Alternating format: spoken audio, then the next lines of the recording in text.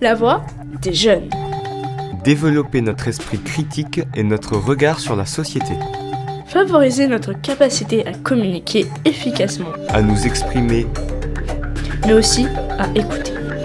Comprendre les médias. Prendre confiance en soi. Apprendre à gérer notre stress et nos émotions. Partager nos opinions. Savoir collaborer. Tout en nous affirmant. La voix des jeunes. Le programme radiophonique d'Info RC. Radio associative en milieu scolaire.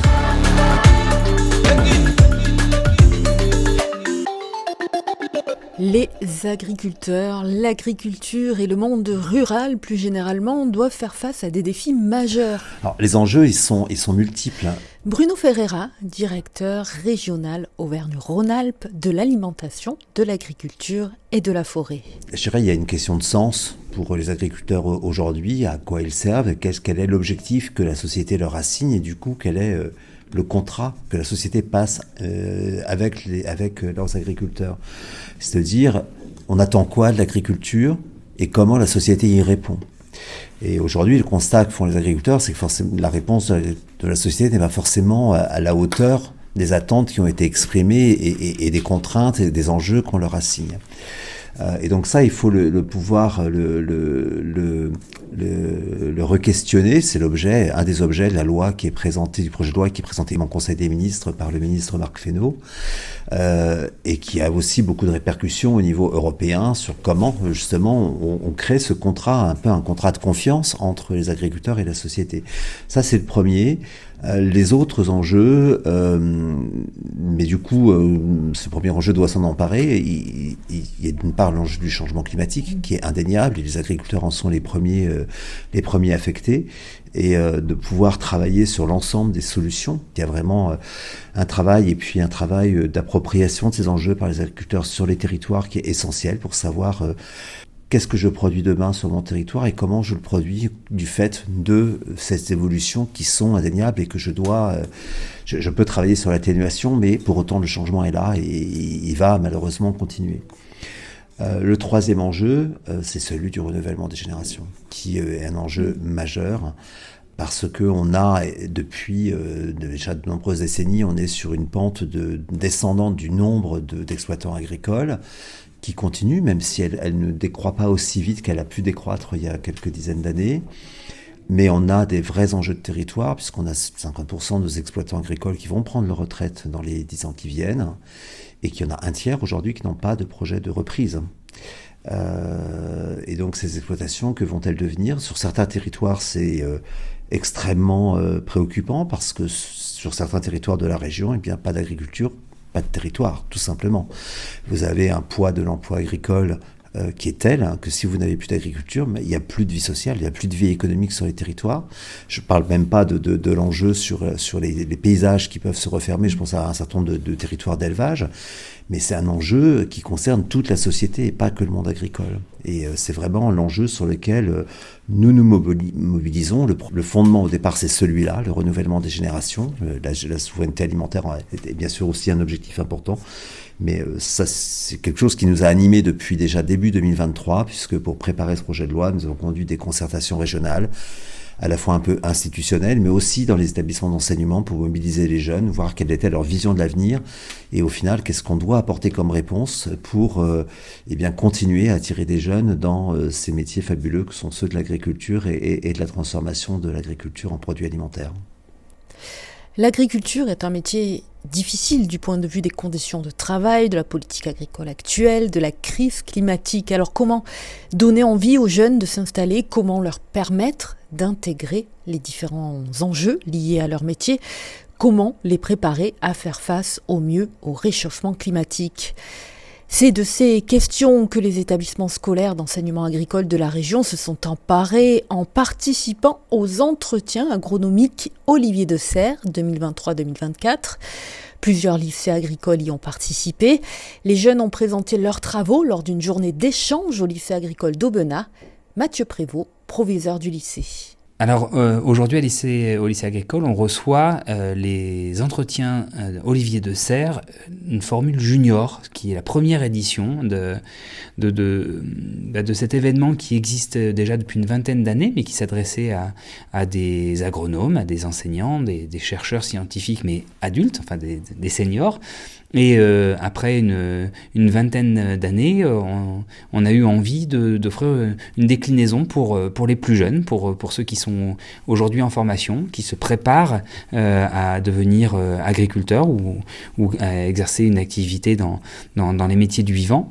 Et donc aujourd'hui, on reçoit 8 établissements de l'ensemble de la région Auvergne-Rhône-Alpes, des élèves qui sont accompagnés de leurs enseignants, qui viennent présenter des travaux qui ont été conduits ces derniers mois sur leur territoire autour de la question du travail, de l'évolution du travail dans les exploitations agricoles qui ont engagé une transition agroécologique. Voilà, donc c'est une thématique un peu exigeante et qui est celle qui va être traitée lors des prochains entretiens Olivier de Serres qui vont être accueillis en Ardèche en juin pour les seniors.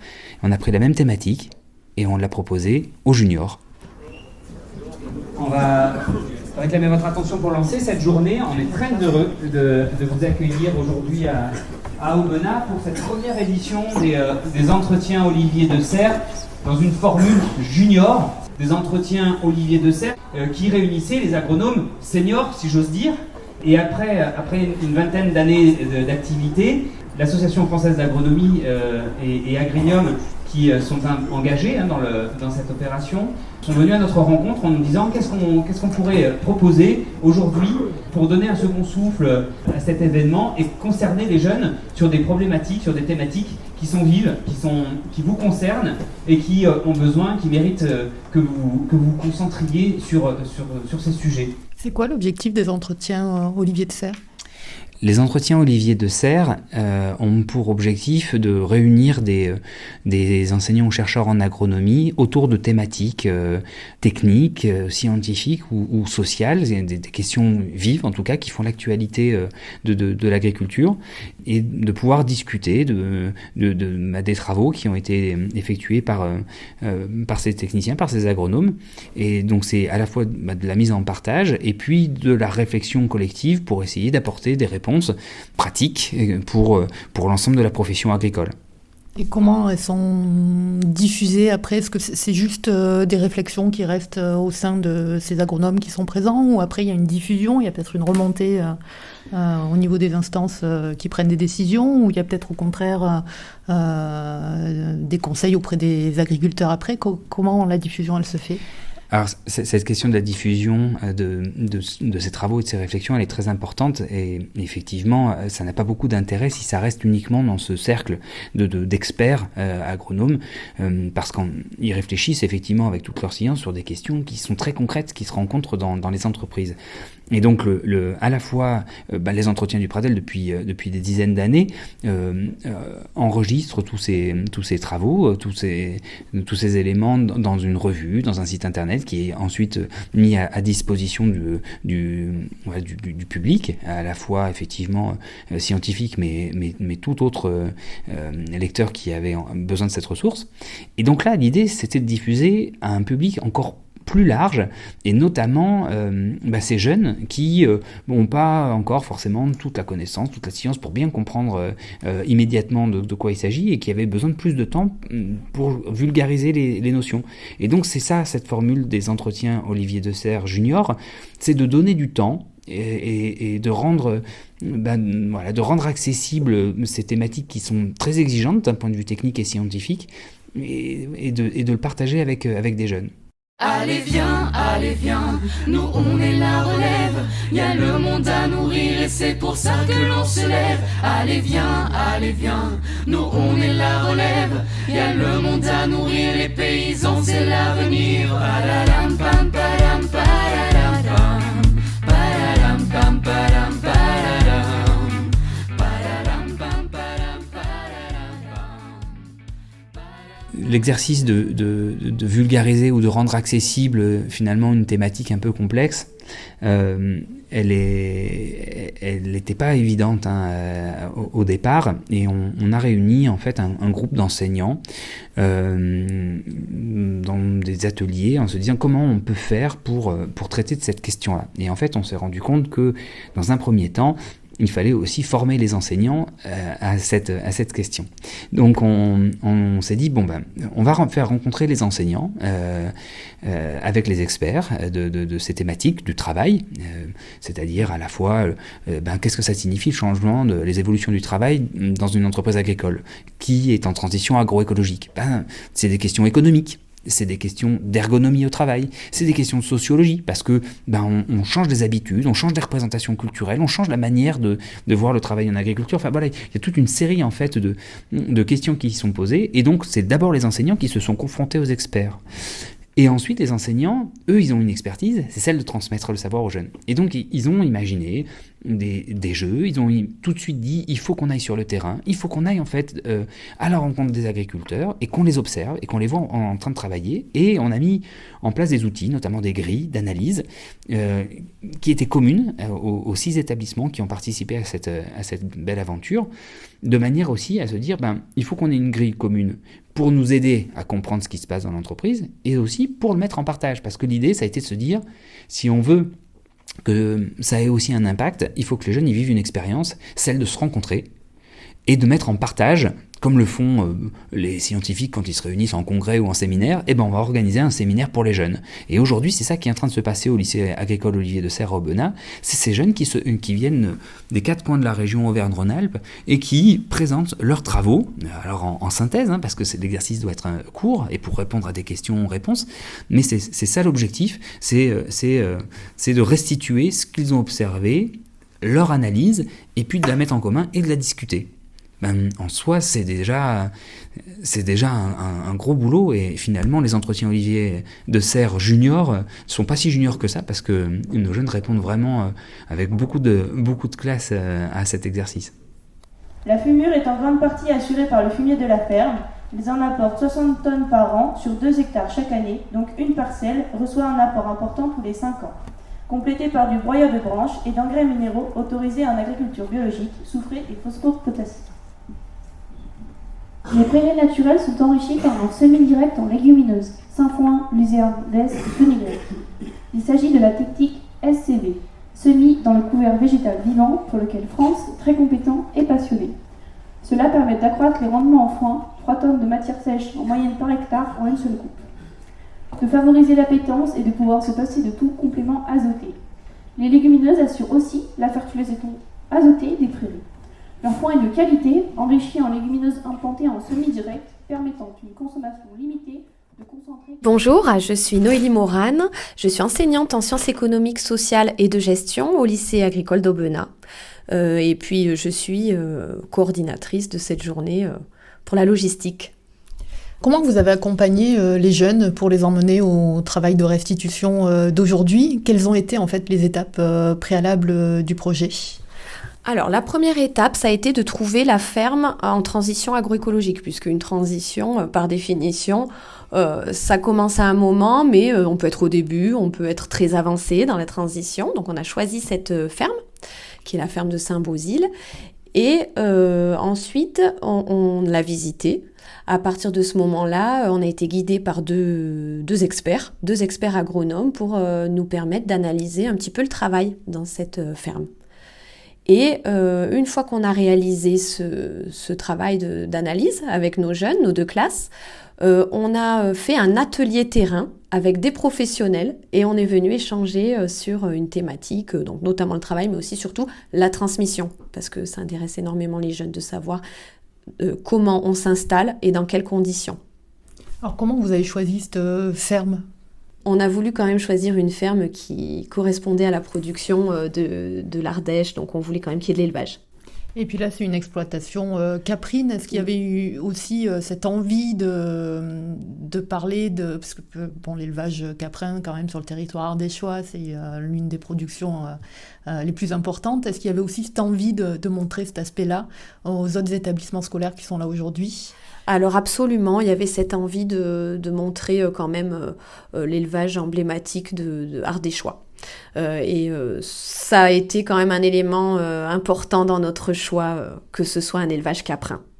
Alors vous avez choisi 2 classes pour travailler sur le projet, vous, les Bac Pro CGEA, donc c'est conduite exploitation agricole, oui, je crois. C'est ça, conduite et gestion de l'entreprise agricole, oui. Et puis les BTS AXE, donc agronomie... AXE, c'est analyse et conduite stratégique de l'entreprise agricole. Vous voyez, ça se ressemble. C'est la suite. En fait, c'est la suite. D'accord. Suite logique. Et pourquoi vous avez fait ce choix, pourquoi ces filières-là ?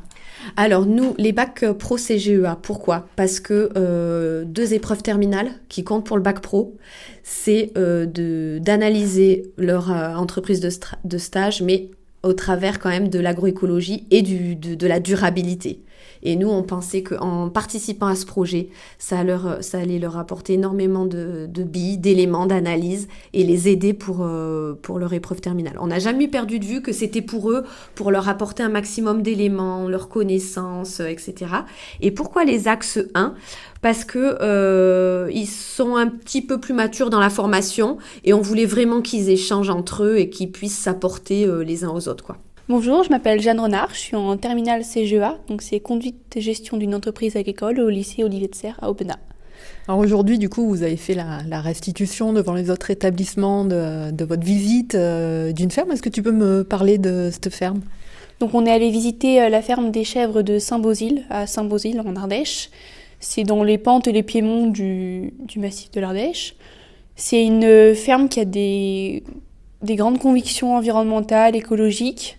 Donc c'est un couple, donc Émilie et Franz.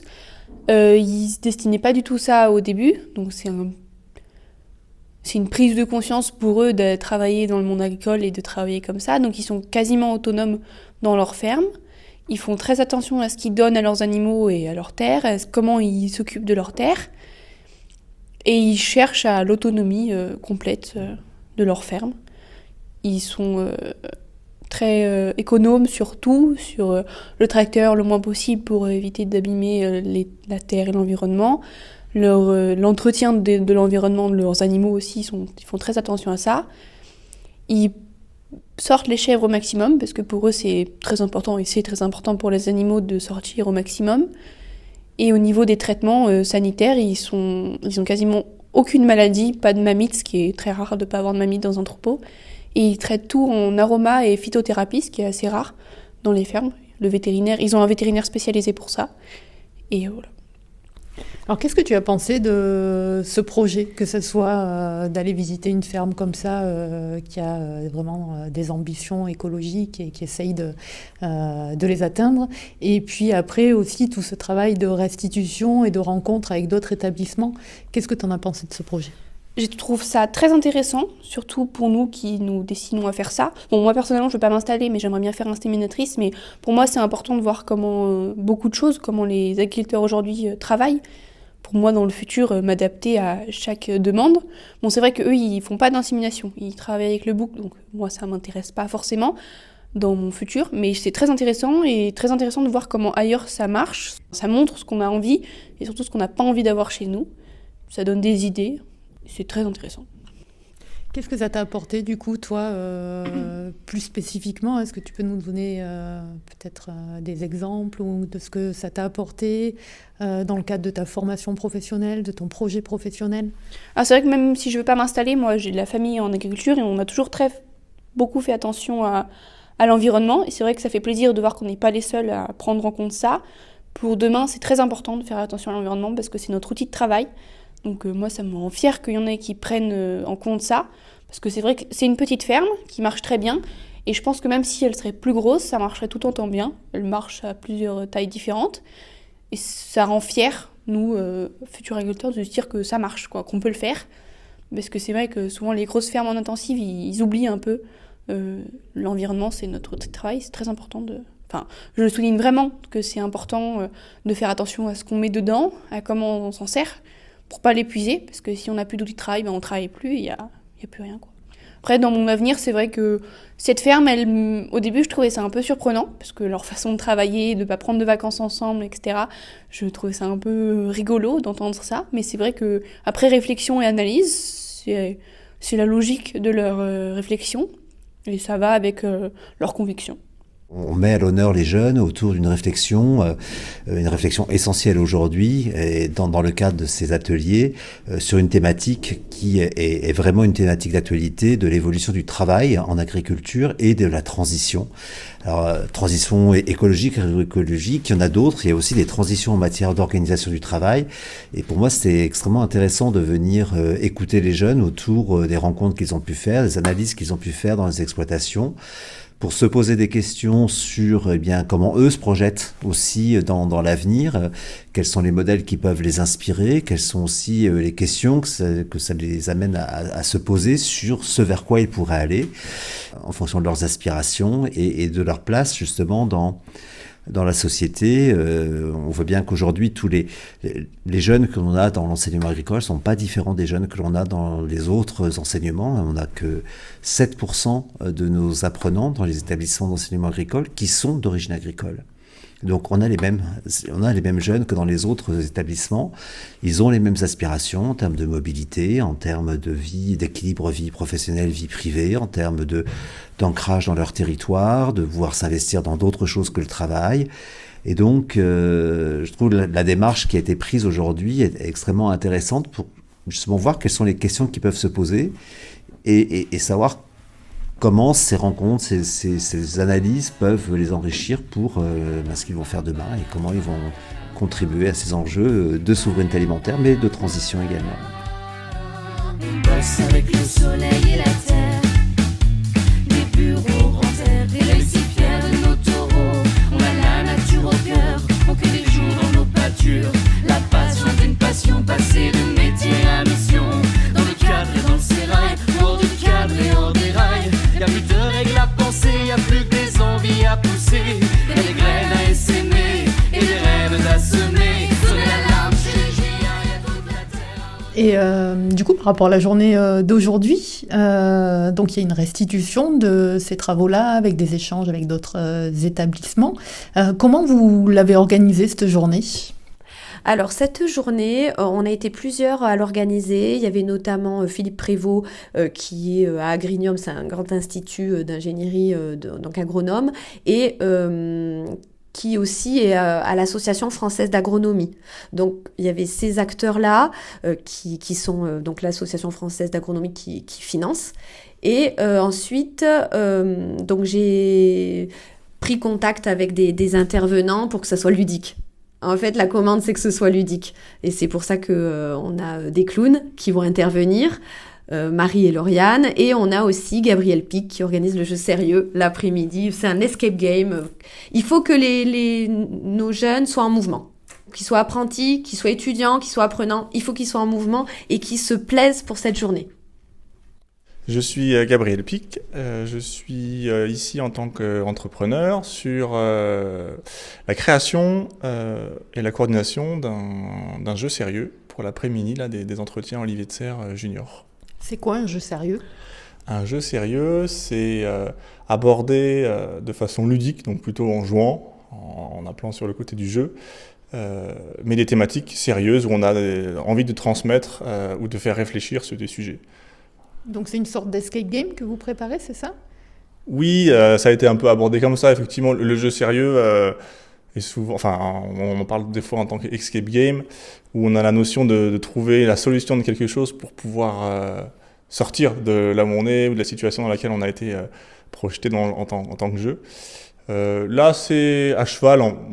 On n'avait pas forcément toujours des énigmes, mais par contre, on fait toujours appel aux participants pour se plonger dans le sujet.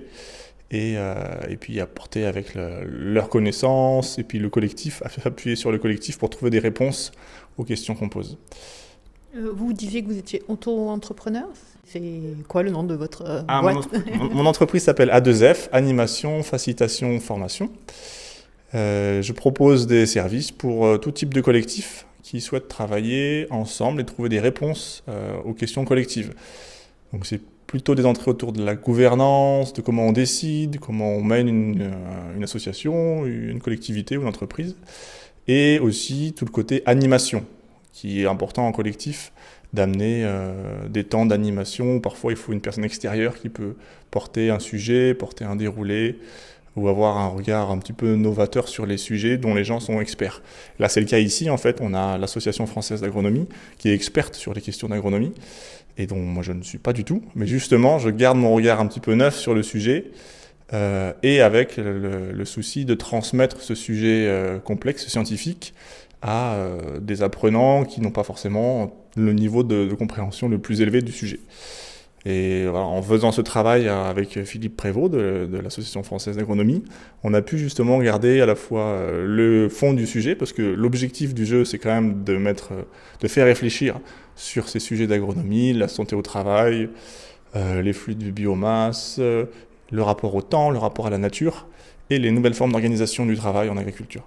Donc c'est des sujets très importants, actuels, et qui touchent les participants dans leur projection, dans leur vie agricole. Mais on essaie de traiter ça de façon ludique pour mettre les participants dans un univers qui va un petit peu les interpeller. On utilise... Là, on avait peu de moyens de décor. On est dans des salles de classe, donc il fallait être créatif sur comment on arrive à créer un petit décalage avec l'ambiance scolaire. Donc d'une part, le mobilier, toujours le déplace, ça y sert parfois de base, mais rarement, enfin, j'essaie de m'en faire le moins possible.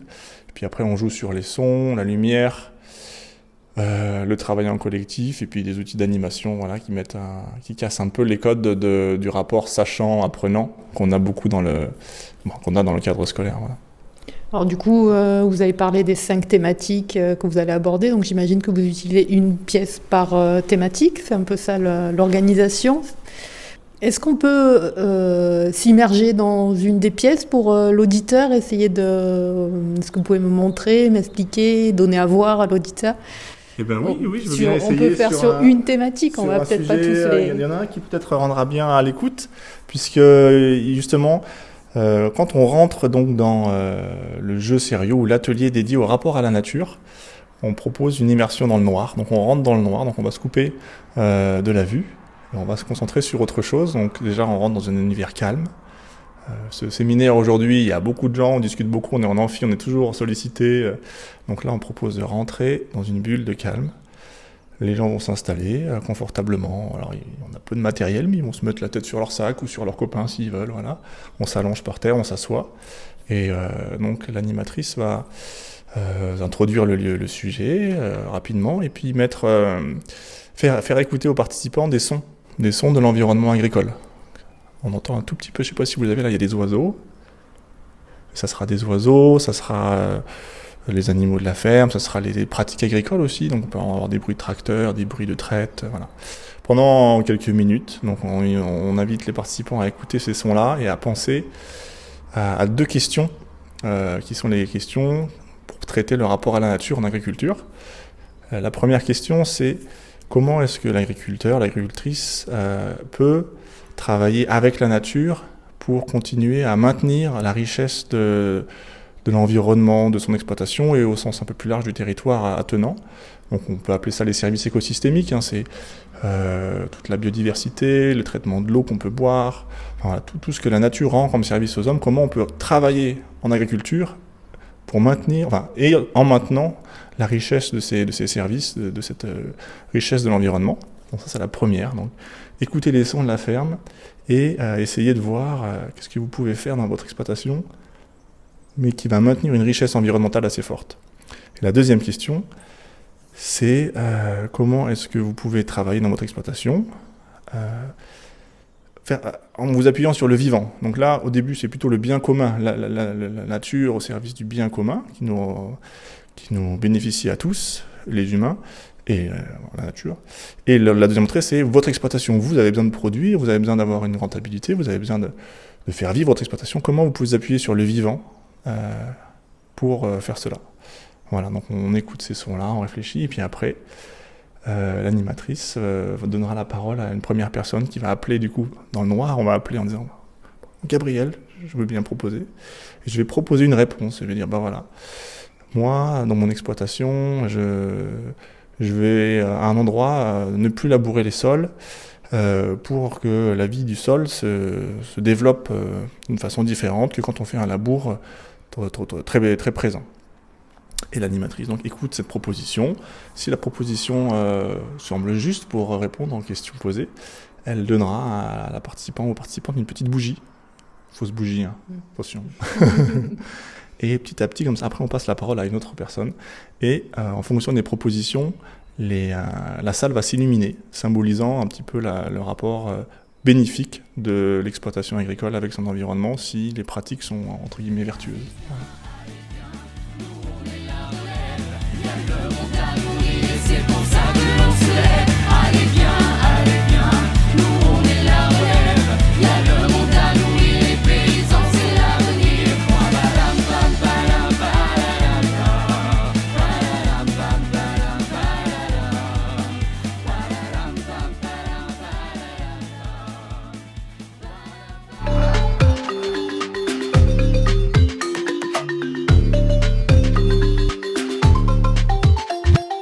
C'était La Voix des Jeunes, un programme radiophonique réalisé en partenariat avec les établissements scolaires d'Aubenas et de sa région.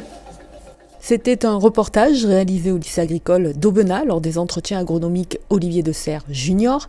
La transition agroécologique, c'est le sujet de la 12e édition des entretiens agronomiques Olivier de Serres, dont le séminaire se tiendra les 11 et 12 juin 2024 au domaine Olivier de Serres à Mirabel. Si vous souhaitez y participer, les inscriptions sont ouvertes, c'est sur agronomie.asso.fr.